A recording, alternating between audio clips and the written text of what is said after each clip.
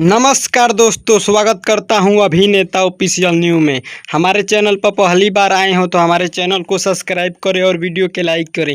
ये खबर है खेसारी लाल यादव जी के एक न्यू हिंदी सॉन्ग के बारे में, जिस हिंदी सॉन्ग का नाम है ओके। जी हाँ दोस्तों, जिस हिंदी सॉन्ग का नाम है ओके, इस गाने को गाए हैं खेसारी लाल यादव और म्यूजिक दिए हैं विनय विनायक और गीत लिखे हैं आशुतोष तिवारी। हाँ तो दोस्तों बता दूं, इस गाने को रिलीज़ के बात किया जाए तो इस गाने को रिलीज़ किया जाएगा 14 अक्टूबर सुबह 10 बजे स्पीड रिकॉर्ड हिंदी चैनल पर, भोजपुरी पर नहीं, हिंदी चैनल पर, स्पीड रिकॉर्ड हिंदी चैनल पर।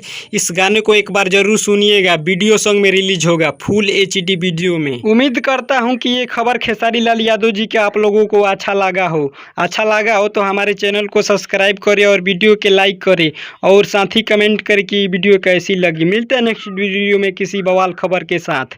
जय हिंद, जय भोजपुरी।